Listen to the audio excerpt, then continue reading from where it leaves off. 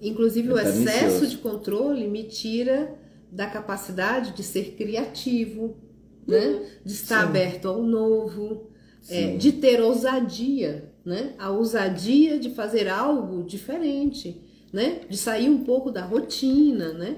Então, o excesso de controle me leva para um lugar de repetição, em que sim, a vida começa até a ficar uma sequência de coisas previsíveis, sim. né? Com certeza. Então, E ela isso será a vida ou será durar? durar, né? Viver e durar, né? Aquela Isso é questão aí. diferente, isso é Eu durar. estou vivendo ou estou Permanece. durando, né? Fazendo sempre as mesmas coisas e com muito medo de qualquer coisa que fuja ao que eu já sei, ao que eu já conheço. É o que eu já acho que controlo, ou minimamente controlo, e daí?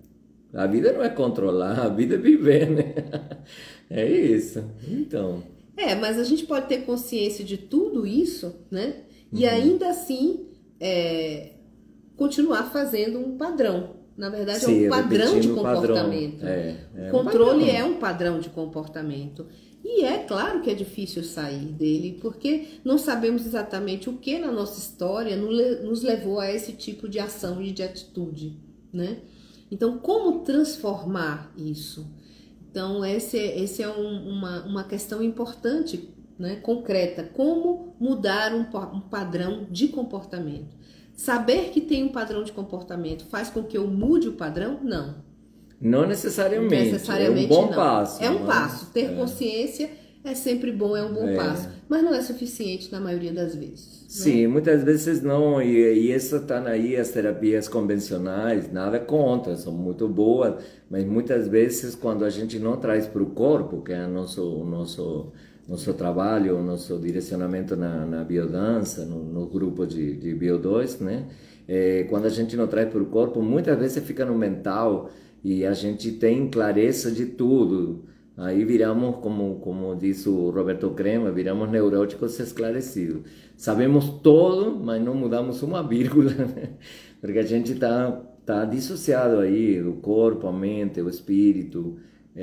A gente é muita gente dentro da gente, né? Então não é somente um cérebro ambulante. A gente também tem um corpo e na biodança fica bem mais difícil da gente fugir. Da gente dar um nó em pingo d'água e falar, eu já sei todo o meu problema, todo o meu trauma, já sei por que eu sou tão controlador. Sim, você sabe, mas deixou de ser controlador? Não, continuo cada vez mais controlador. Então, adiantou só saber, só ter essa informação?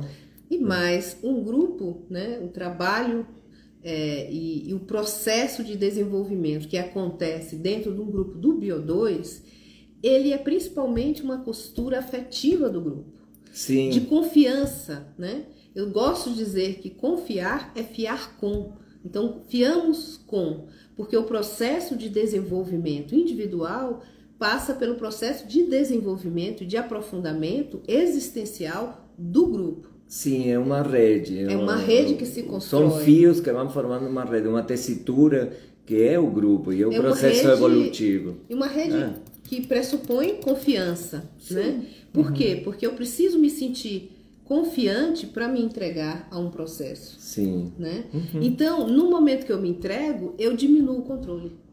Com certeza. Né? Então, eu diminuo o controle. E eu começo me entregando, às vezes, num ambiente mais seguro, como o caso de um grupo, um processo de desenvolvimento humano, como é o grupo do Bio2, um grupo de biodança, e a partir daí começo a agir de outras formas e outros grupos também. Começo aprendo a lidar de outras formas, de maneira que eu diminua esse controle. Sim, o exemplo que eu trouxe aqui, aquele homem que não lembrava, aí depois ele começou, e não é raro que isso aconteça, começou a relatar como na vida dele, ele estava confiando muito mais.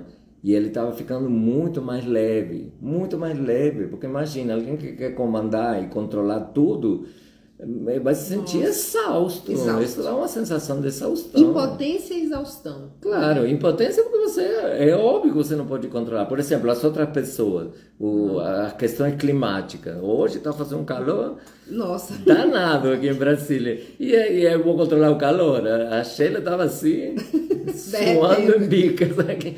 E Você vai ficar com raiva disso? Porque eu quero controlar, eu quero que seja diferente. Não, não vai ser diferente só porque você quer. É óbvio que você... Mas a gente quer, a gente continua insistindo em querer controlar o incontrolável. Mesmo depois da pandemia. Esse exemplo radical que eu coloquei. Depois da pandemia, alguém é muito teimoso. Se alguém continua pensando que vai controlar alguma coisa. De uma hora para outra, a vida de todos nós mudou. Mudou. Independente da nossa vontade. Mudou e né? fugiu totalmente ao nosso controle.